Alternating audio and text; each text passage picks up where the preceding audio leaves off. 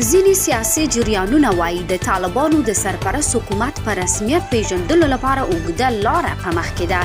ځینې سیاسي جریانونه وایي د نړۍ لخوا د طالبانو حکومت د رسمیت پیژندنې موضوع هغه وخت مطرح کېدای شو چې لومړی دوی داخلي مشروعیت ترلاسه کړي. د طالبانو د سرپرست حکومت د رسمیت پیژندلو موضوع وروسته له هغې بحثونو ته راغله چې د ملګرو ملتونو د سرمنشي د مرستیالې آمینې محمدي څرګندونې لانجمنې شوې. هغې ویلي وو د قطر د پلازمینې دوحې په راروانه غونډه کې به د طالبانو د حکومت په رسمیت پیژندلو هم بحث وشي، خو وروسته د ملګرو ملتونو مرستیال ویان فرهان حق د امریکا د بهرنیو چارو وزارت او په ملګرو ملتونو کې د افغانستان سرپرست دایمي استازي نصیر احمد فایق وویل په دوحه کې د افغانستان په اړه جوړیدونکې غونډه کې به د طالبانو د رسمیت پیژندنې په اړه بحث ونه شي.